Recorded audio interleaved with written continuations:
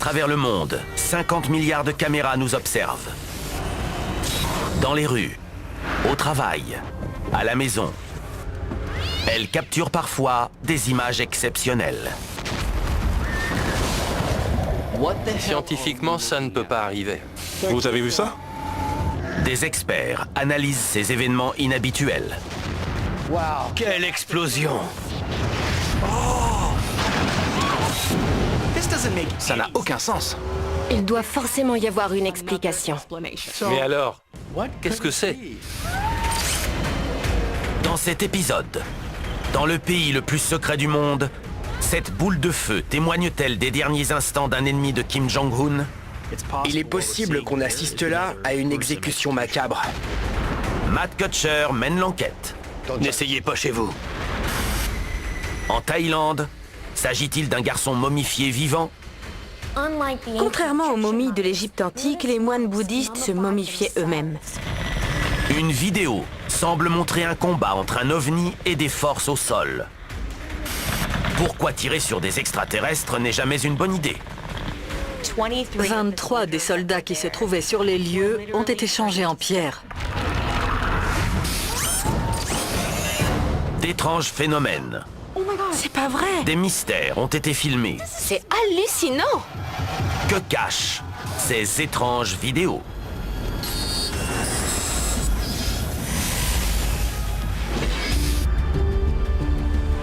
Nous sommes à Shanghai, une ville chinoise située à la frontière avec la Corée du Nord.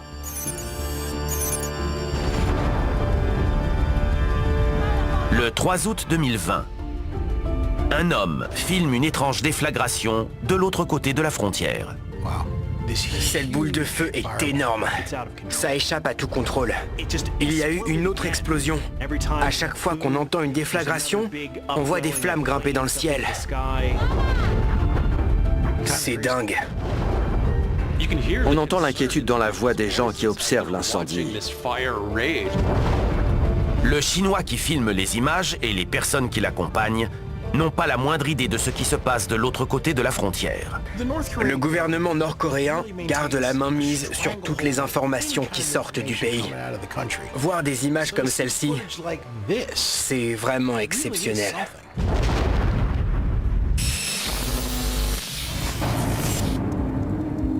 L'historien Craig Gottlieb est à la recherche d'indices. Cette explosion a eu lieu dans un pays considéré comme un véritable enfer sur Terre. On parle de la Corée du Nord, le complexe militaro-industriel le plus dangereux de la planète. La Corée du Nord est une dictature communiste dirigée par le tyran Kim Jong-un et sa femme Ri Sol-ju. Les droits de l'homme? Non. La sécurité publique? Non. Un programme nucléaire agressif? Oui. En réalité, il y a deux Corées du Nord. Celle de la classe dirigeante et des élites, comme Kim Jong-un et sa famille, qui vit dans l'opulence la plus totale, et celle des gens ordinaires qui sont très maltraités. Personne dans cet État de 25 millions d'habitants n'ose défier le leader suprême. Parce que Kim Jong-un est un tueur sans merci. Kim Jong-un a l'habitude d'ordonner l'exécution de tous ceux qui sont en désaccord avec lui. Il est possible qu'on assiste là à une exécution macabre. Le grand successeur réserve des adieux particulièrement cruels, presque théâtraux, à ses plus grands ennemis. On raconte qu'il aurait jeté un de ses généraux dans un aquarium rempli de piranhas. Et un général qui se serait endormi lors d'une parade aurait été tué par un missile anti-aérien. Un autre de ses officiers, tombé en disgrâce, aurait été brûlé vif à l'aide d'un lance-flamme. La Chine se méfie de son sinistre voisin. Une exécution explosive mise en scène à la frontière pourrait être un moyen pour Kim Jong-un de faire savoir qu'il n'a aucune intention de renoncer à ses penchants psychopathes. S'agit-il d'un nouvel exemple de la cruauté du régime nord-coréen ? Mais pour Brian Walshon, la vidéo pourrait être le signe d'une terrible catastrophe technologique survenue du côté nord-coréen. La propagande nord-coréenne aime raconter que le peuple est bien nourri, qu'il dispose de logements de qualité et qu'il est heureux. Mais nous savons que ce n'est pas le cas. Les logements, notamment, sont de mauvaise qualité. Et dans certains cas, ils sont même dangereux. Des familles s'entassent dans des pièces de 25 mètres carrés. En raison de la promiscuité et de l'atmosphère de bidonville, les incendies sont monnaie courante. Matt Kutcher est expert balistique et pyrotechnique à Hollywood depuis plus de 35 années. Selon lui, la vidéo ne montre pas une seule, mais plusieurs explosions. Dans le cas présent, on voit clairement une explosion et elle est suivie par d'autres détonations. Je pense que ces cylindres sont remplis de gaz comprimé et ce sont eux qui explosent. Je pense que chaque déflagration, c'est une autre bouteille de gaz sous pression qui explose. Je crois que c'est ce qui se passe. C'est le calme plat et soudain, bang! Une autre bouteille ou bien un récipient sous pression explose à son tour. Vu la façon dont ça explose et ça se dissipe, il s'agit probablement de gaz naturel ou de propane. On va faire exploser des bouteilles pour essayer de recréer ce qu'on voit à l'image. Des rapports de 2019 suggèrent qu'un peu plus d'un quart des Nord-Coréens ont l'électricité. Et ceux pour qui c'est le cas n'y ont accès que quelques heures par jour. Les habitants des campagnes nord-coréennes doivent donc trouver d'autres solutions pour se chauffer et cuisiner. On se demande ce qui a bien pu exploser en Corée du Nord. Mais dans les zones rurales, et c'est sûrement une zone rurale, les gens utilisent des réchauds au propane pour cuisiner. On va utiliser ceci pour simuler les bouteilles de propane, le gaz sous pression. Imaginons qu'on ait un feu de cuisson. Ce feu va générer de la chaleur et embraser cette bouteille. La bouteille va exploser. C'est ce qu'on voit dans la vidéo. Mais peut-être que la chaleur de cette bouteille va se propager à la suivante, et ainsi de suite. On a une pause, la chaleur grimpe à nouveau, et ça enflamme les suivantes. On va ouvrir ces bouteilles, allumer une flamme et aller se mettre à l'abri. On va voir si notre expérience fonctionne. Une réaction en chaîne. Une réaction en chaîne, exactement. Ouais. Bien dit. Bon, allons-y, fiston. On va avoir besoin de 2 injecteurs. Enlevez le revêtement, comme ça on pourra se réfugier derrière. On va prendre les bouteilles jaunes et bleues. Donne-moi 3 de chaque, s'il te plaît. Chaque bouteille de propane contient 13 kWh par kilo de gaz comprimé. On ne devrait pas filmer ce que je m'apprête à faire. N'essayez pas chez vous. Matt prépare une mèche au sol afin de simuler un feu de cuisine accidentel dans un appartement nord-coréen. Bon, c'est parti. Préparez-vous à être secoué. L'équipe se met à l'abri. Prêt? Ça tourne? Bien. Bon, allume le pilote. La chaleur devrait grimper. À la frontière, un citoyen chinois filme une mystérieuse explosion secouant la Corée du Nord située de l'autre côté du fleuve Yalu. Pour l'expert en explosifs Matt Kutcher, l'explosion pourrait être due à un terrible accident impliquant une citerne de propane dans les logements exigus où sont contraints de vivre les Nord-Coréens. Lance l'allumage. Waouh, ça commence à chauffer. Regardez cette fumée. On sent vraiment la chaleur. Matt a placé 6 bouteilles de propane au centre d'un cercle de flammes. Au fur et à mesure que les flammes s'élèvent, la température des bouteilles grimpe, de même que la pression du gaz. Et soudain... Eh ben, ouais, c'est bien ce qu'on voit dans la vidéo. Une température de 50 degrés suffit pour que les bouteilles de propane rompent, provoquant une explosion de vapeur en expansion de liquide en ébullition. C'est ce qu'on appelle un bliv.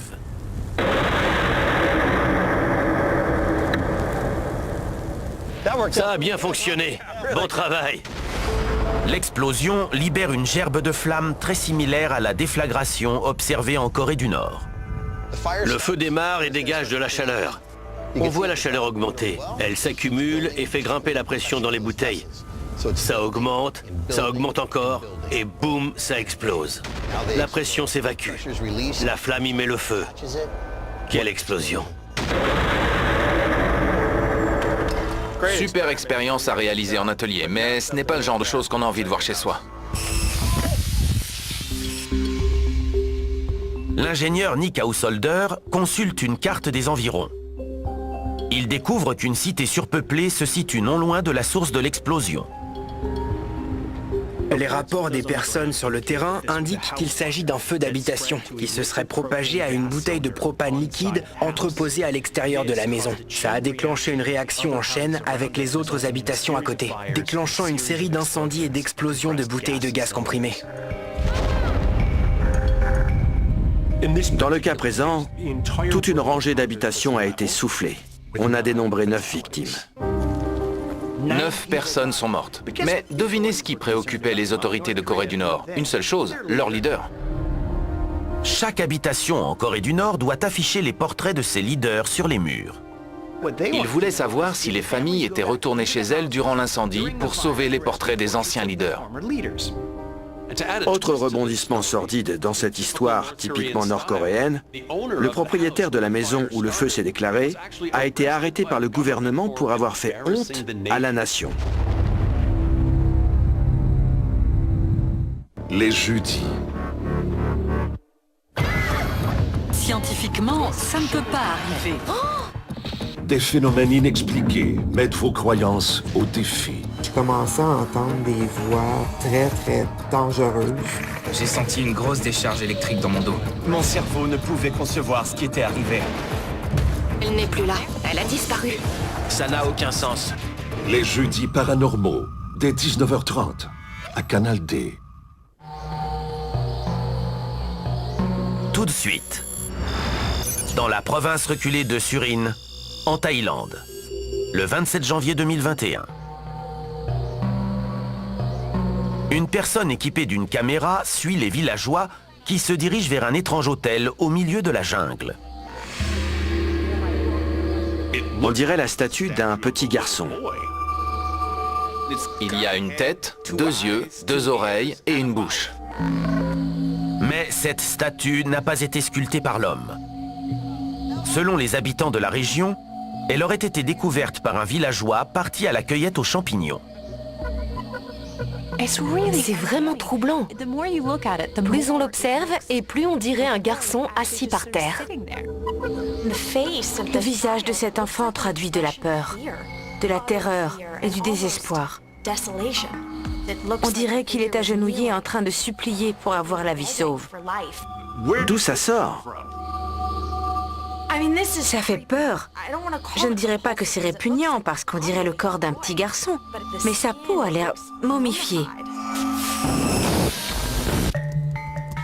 La journaliste Linda Rodriguez-Macroby a trouvé des preuves d'une pratique religieuse macabre qui pourrait expliquer cet étrange hôtel. Il existe un phénomène au sein du bouddhisme appelé Sokushinbutsu. Il s'agit de personnes capables de se momifier elles-mêmes. On trouve des momies dans toutes les cultures du monde, depuis l'Égypte antique jusqu'au Pérou. Mais dans le sud-est asiatique, les bouddhistes sont momifiés selon une méthode bien différente. Contrairement aux momies de l'Égypte antique, ces personnes n'ont pas été embaumées après leur mort. Ces moines bouddhistes se sont momifiés de leur vivant. Les moines pratiquant le Sokushinbutsu se soumettaient à des tortures inimaginables dans le but d'aider l'humanité à atteindre l'illumination. Le Sokushinbutsu est un acte sacrificiel prenant exemple sur un moine du 9e siècle appelé Kukai. En agissant ainsi, ils espéraient ouvrir la voie vers le salut de l'humanité au travers de ce sacrifice personnel extrême. Le biologiste Leslie Samuel a retrouvé l'exemple extraordinaire d'un bouddhiste ayant entrepris ce rituel. C'est vraiment ahurissant. Pendant plusieurs années, le moine a éliminé toutes les graisses de son corps en suivant un régime strict. Il s'est alimenté uniquement de noix, de bois et de baies et a limité sa consommation d'eau. Il a bu une sorte de thé préparé à partir d'un arbre toxique. La famine, la déshydratation et l'empoisonnement avaient pour but d'empêcher son corps de se décomposer après sa mort.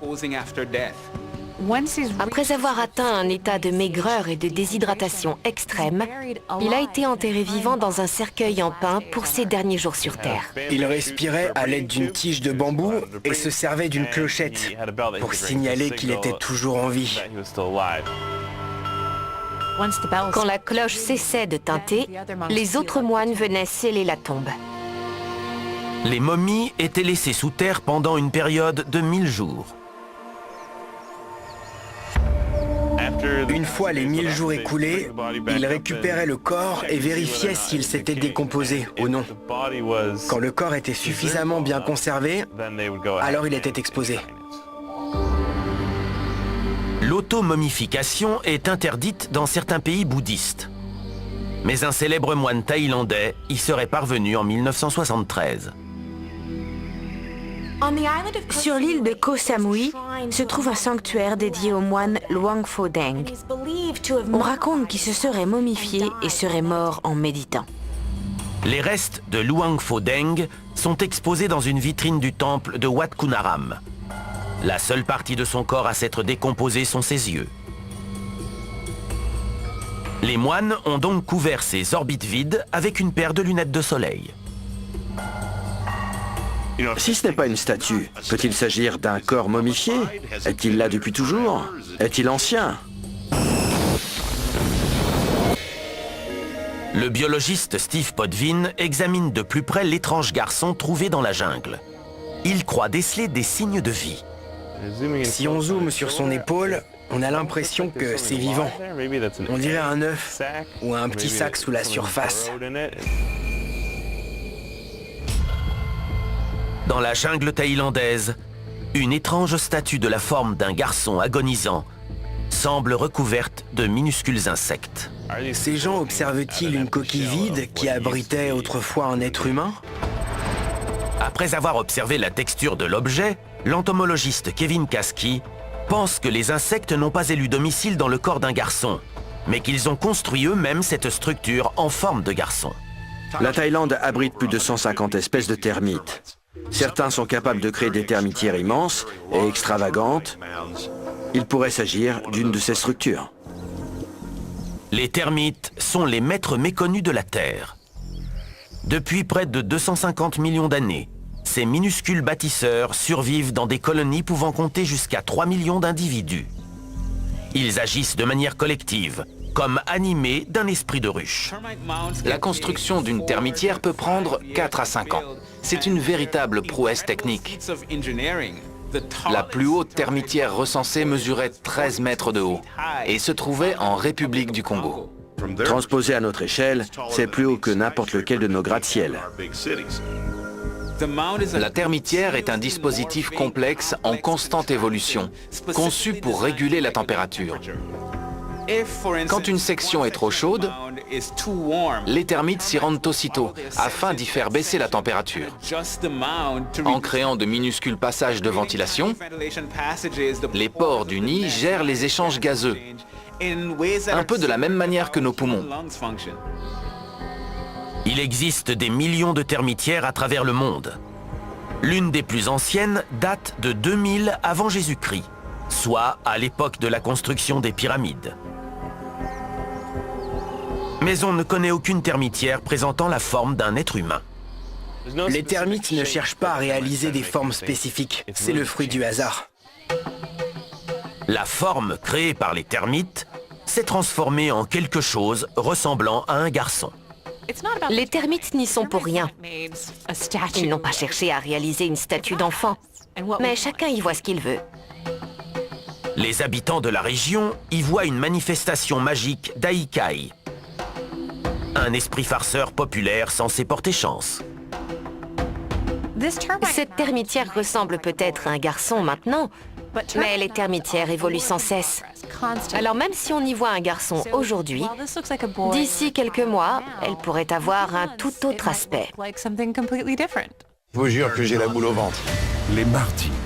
Je n'y croyais pas. Qu'est-ce qu'il y a de plus effrayant dans ce boulot? L'incendie était-il délibéré ou accidentel? C'est une scène épouvantable. Traverser l'océan a toujours été périlleux. Un 737 s'était écrasé. Il était important de bien comprendre ce qui s'était passé. Attention! La mer est déchaînée. Je commets peut-être une terrible erreur. Les Marty catastrophes, dès 20h, à Canal D. Le 23 mars 2019, à Wikieup, une agglomération perdue dans le désert de l'Arizona. Un mystérieux objet fend l'obscurité. On voit un point blanc lumineux traverser le ciel nocturne. Ça bouge de manière erratique. Ça change de direction, ça accélère, ça ralentit. Soudain, des coups de feu éclatent. C'est un vrai déluge de feu. Les balles fusent de partout. On se croirait sur une zone de guerre. Mais l'objet non identifié parvient à esquiver les tirs provenant du sol. On dirait qu'il manœuvre pour éviter les balles traçantes. Ça dénote une forme d'intelligence. Il esquive les balles. Il parvient à passer au travers et à en ressortir indemne. C'est vraiment incroyable. Reste à connaître l'origine de cet objet blanc lumineux. Qui tire et pourquoi?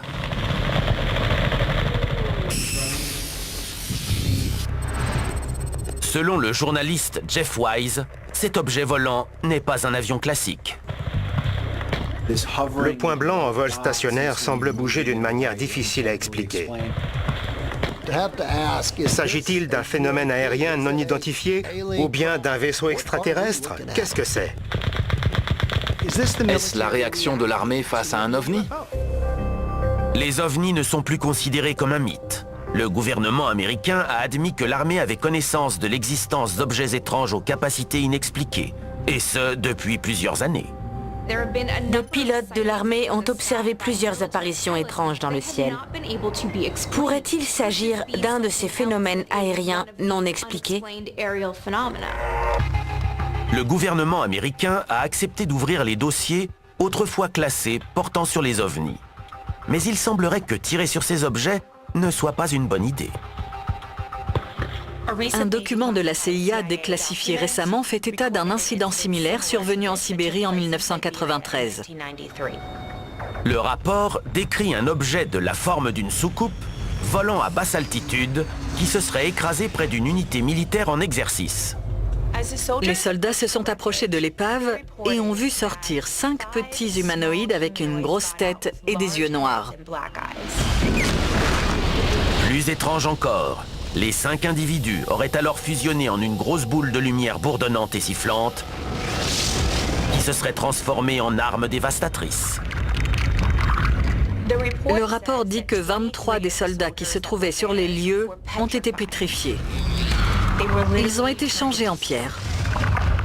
Seuls 2 soldats ont survécu. Les soldats pétrifiés ont été transférés dans une unité de recherche secrète située près de Moscou, où les scientifiques ont déterminé que leurs restes possédaient une structure moléculaire proche du calcaire.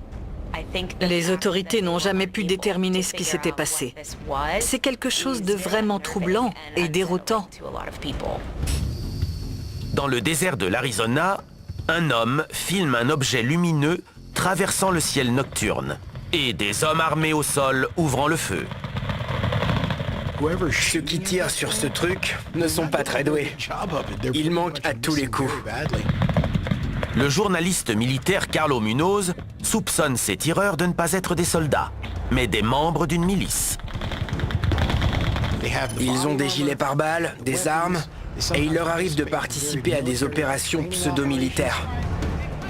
Cette milice serait tombée sur un envahisseur extraterrestre et aurait décidé de tirer d'abord et de poser des questions ensuite. Quand les gens ont peur, ils cherchent à se défendre. C'est naturel. Le neuroscientifique américain Sam Harris affirme avoir été approché par des gens en lien avec le gouvernement américain. Il souhaitait connaître la meilleure façon de révéler la présence d'extraterrestres au public sans déclencher une vague de panique et de chaos. Les phénomènes aériens non identifiés ne proviennent pas de notre planète. Je ne crois pas qu'on soit prêt à entendre ça. Il y aurait de quoi ébranler la communauté scientifique. La confirmation officielle de la présence d'extraterrestres serait l'événement le plus marquant de l'histoire mondiale. Elle bouleverserait non seulement la science, mais aussi la religion, la politique et l'économie mondiale. Quand un gouvernement dispose d'informations déclassifiées, il sait qu'il risque de déclencher une hystérie collective en les publiant. Si cette vidéo illustre la manière dont des Américains ordinaires réagissent face à une soucoupe volante, le gouvernement a du pain sur la planche. C'est dans la nature de l'être humain. Quand il se sent menacé, il se bat. Cet engin a survolé la mauvaise vallée.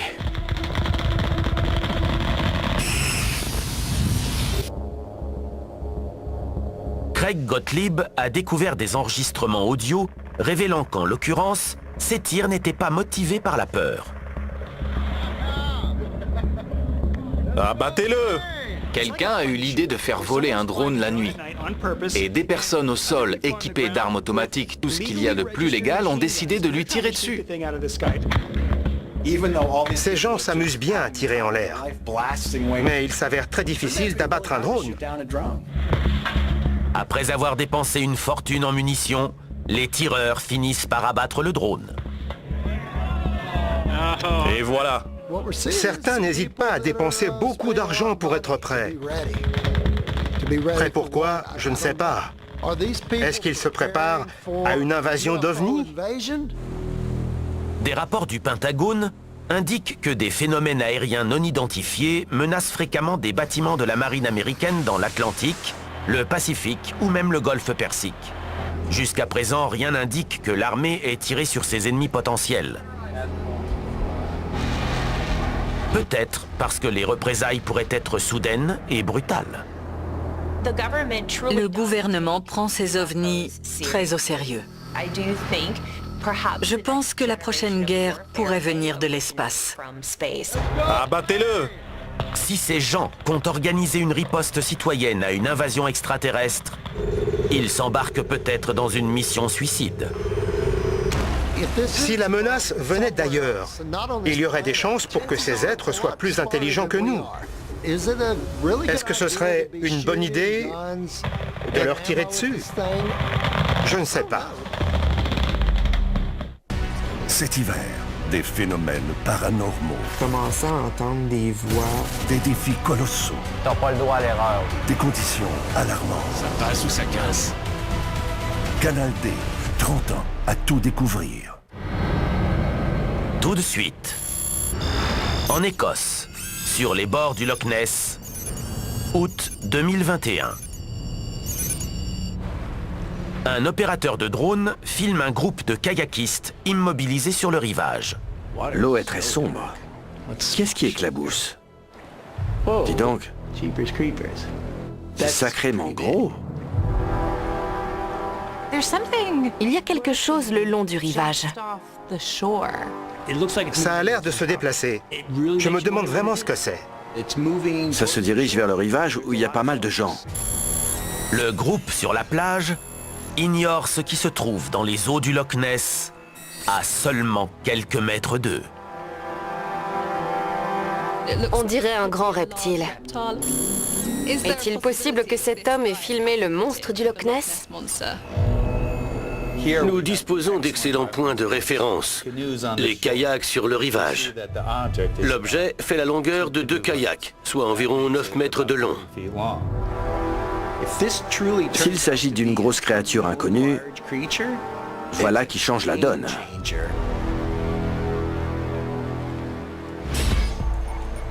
Dans les eaux sombres du Loch Ness, le plus grand lac d'Écosse en volume, un drone vient de capturer une ombre énorme près du rivage.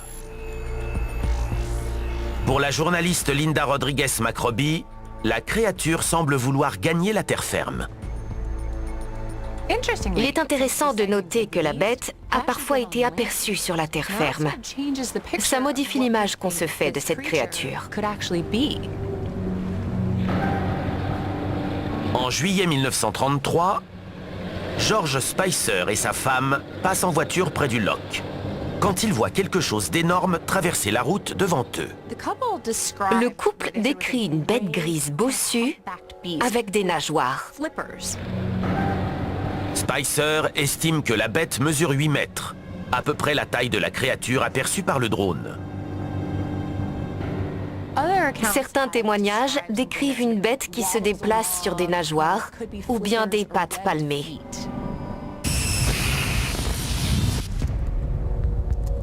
Le biologiste marin Eric Hovland est tombé sur une théorie étonnante. Celle du professeur Henry Boer, de l'État de Virginie. Boer a étudié la vie dans le loch, creusé par les glaciers lors de la dernière ère glaciaire. Il pense que le monstre pourrait être une version XXL d'un reptile à carapace bien connu. Pour le professeur Boer, il s'agirait d'une tortue de mer géante. Peut-être que suite aux variations du niveau de la mer au fil du temps, cette espèce s'est retrouvée piégée dans le Loch Ness. Les tortues peuvent vivre plus d'un siècle. Elles évoluent aussi bien sur la terre ferme que dans l'eau. Penchons-nous sur la théorie selon laquelle il s'agirait d'une tortue de mer géante. On l'aurait bien vue depuis tout ce temps. Elle est géante après tout. Mais les tortues de mer possèdent des pouvoirs spéciaux qui leur permettent de rester cachées. Le truc incroyable avec les tortues de mer, c'est qu'elles peuvent rester sous l'eau 7 heures sans respirer. On dispose d'une fraction de seconde pour apercevoir la tortue quand elle remonte respirer à la surface avant de replonger. Certaines tortues de mer peuvent modifier leur métabolisme afin de conserver l'oxygène, ralentissant leur rythme cardiaque à un battement toutes les 9 minutes. Quand les tortues hibernent, au fond d'un lac par exemple, elles peuvent rester sous l'eau, enfouies dans le substrat pendant plusieurs mois. Les tortues, même les tortues géantes, sont parfaitement conçues pour se cacher dans les fonds boueux du Loch Ness. Si le monstre du Loch Ness est de la même lignée que les tortues de mer, il n'est pas surprenant qu'il soit aussi difficile à apercevoir.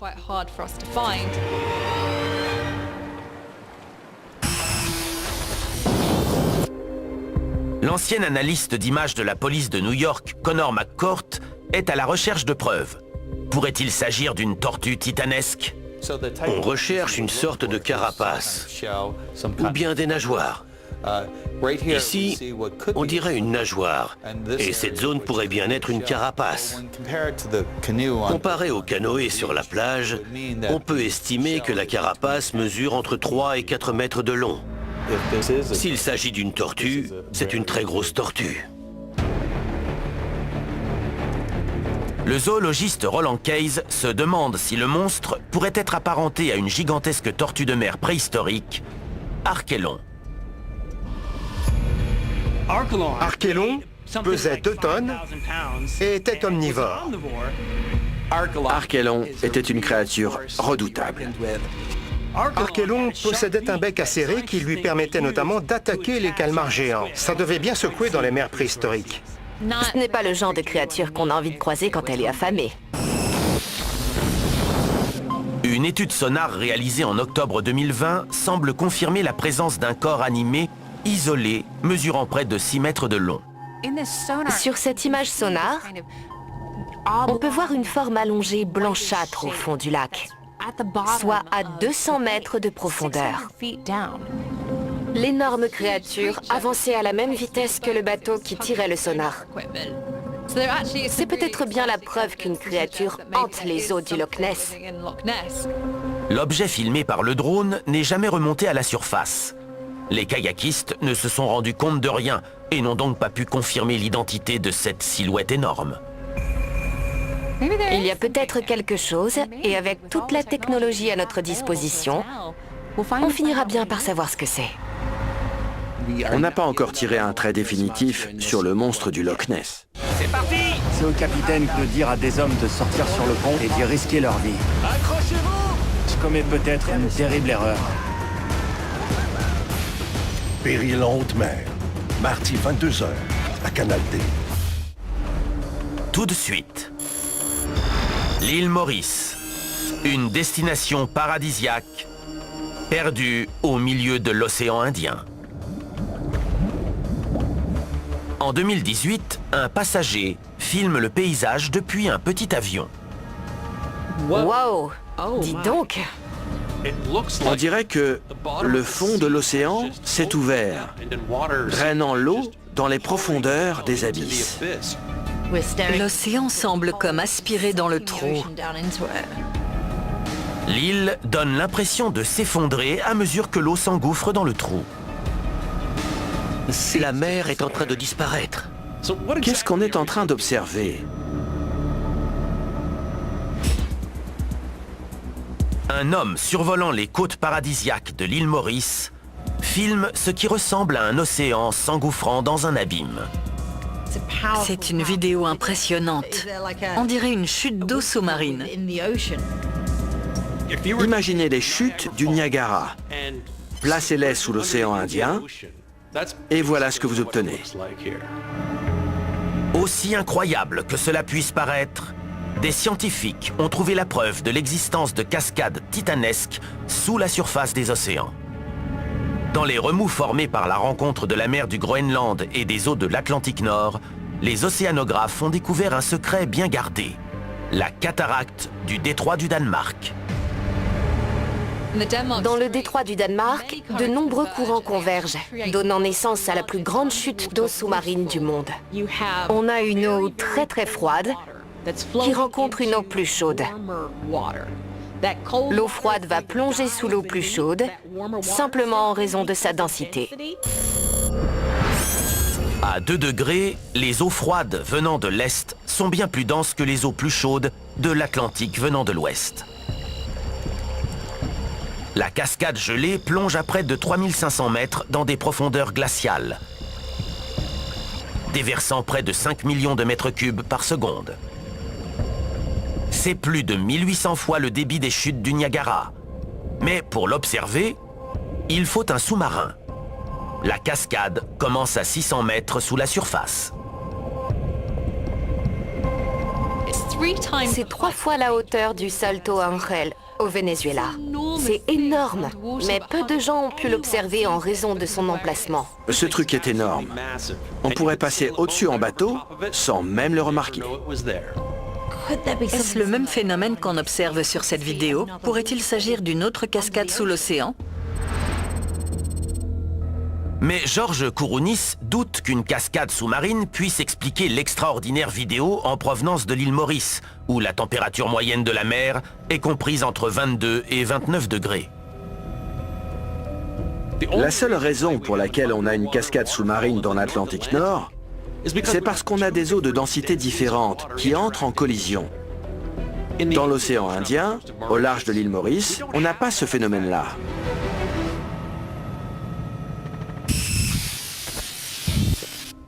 En consultant les archives mauriciennes, la météorologiste Aurélone Sidney découvre que bien que l'île soit habitée officiellement depuis le début du XVIIe siècle, elle possède une histoire secrète bien plus ancienne qui s'est perdue dans l'océan. Dans le passé, l'île Maurice était bien plus grande. À l'époque, l'île faisait la taille du Japon. Aujourd'hui, elle mesure 65 km sur 45. Elle est donc bien plus petite. De mystérieuses pyramides parsèment la côte sud de l'île. Les historiens mauriciens affirment qu'elles datent du 19e siècle. Mais des chercheurs comme Antoine Gigal estiment qu'elles sont bien plus anciennes. Certains les relient au Kumari Kandam, une terre légendaire qui aurait disparu sous les eaux. Une sorte d'Atlantide de l'océan Indien. La plupart des choses qui nous restent à découvrir se trouvent en fait sous l'eau. Est-il possible que l'île Maurice se fasse aspirer au fond de l'océan? L'historien Tony McMahon a retrouvé des rapports géologiques montrant que l'île abritant plus d'1 million d'habitants est en péril. Ce qui se passe, c'est que l'île Maurice s'effrite peu à peu et s'enfonce dans les profondeurs de l'océan. Il s'agit d'un processus graduel d'écoulement des sédiments. Un processus qui crée cette illusion d'optique quand on survole les eaux cristallines au large des côtes. Quand on regarde la mer, surtout depuis un hélicoptère, on dirait vraiment que l'eau disparaît dans un gouffre. Mais c'est une illusion. L'île Maurice finira par disparaître. La bonne nouvelle, c'est que ça ne sera pas avant des millions d'années. Lentement mais sûrement, l'île va glisser à plus de 3,4 km dans l'océan. Une érosion visible depuis les airs. C'est assez effrayant à observer. N'achetez pas une maison au bord de mer, parce que l'île est en train de s'enfoncer dans l'océan.